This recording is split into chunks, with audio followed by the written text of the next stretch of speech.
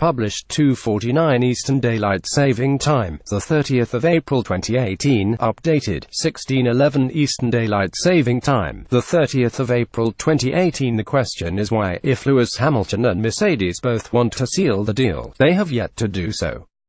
It has seemed an inevitability that agreement, namely to keep Hamilton at the team for 2 or 3 more years beyond the end of his contract that expires at the end of the season, would be reached from the moment Sebastian Vettel committed himself to Ferrari, thereby closing the only possible alternative for the British driver.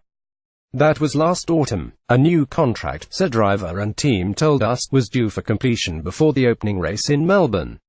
That took place on March 25th. And here we are on the cusp of May and still nothing. Lewis Hamilton is yet to resolve his future at Mercedes, and the theories abound as to why. One theory, hinted at quite reasonably in the Sunday Times, is that Hamilton may not want one, that he may be through with F1. I do not believe this to be the case. For one, where else could he bank £120 million over 3 years, even to a man of his considerable wealth, some £200 million, the last great paycheck of a lifetime, holds an allure not easily resisted. Many a driver has raged against the dying of the light to keep the bank balance as healthy as possible.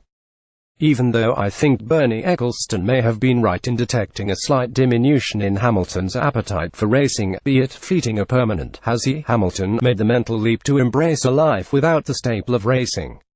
Perhaps he is haggling over the exact payment. Mercedes deny this is the case.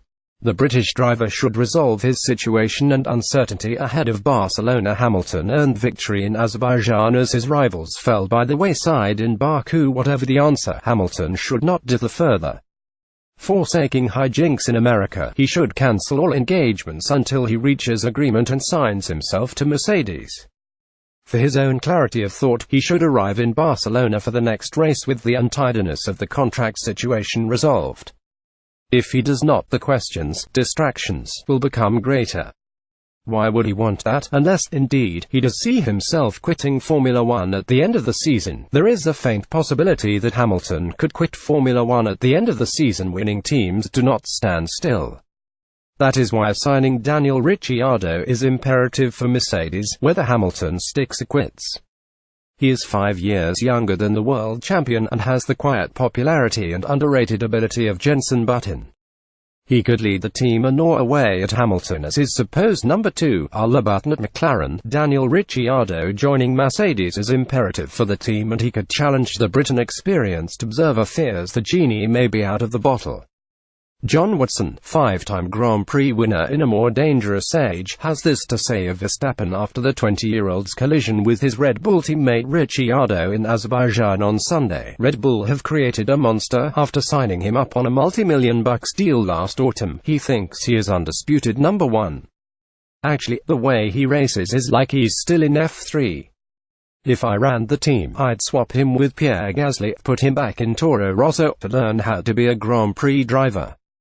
Red Bull teammates Max Verstappen, left, and Ricciardo, right, collided in Azerbaijan. Critics are beginning to pile in on Verstappen for what many believe is a reckless style, until he realizes that driving as recklessly as he does serves nobody. He is just going to be a dangerous hot rod.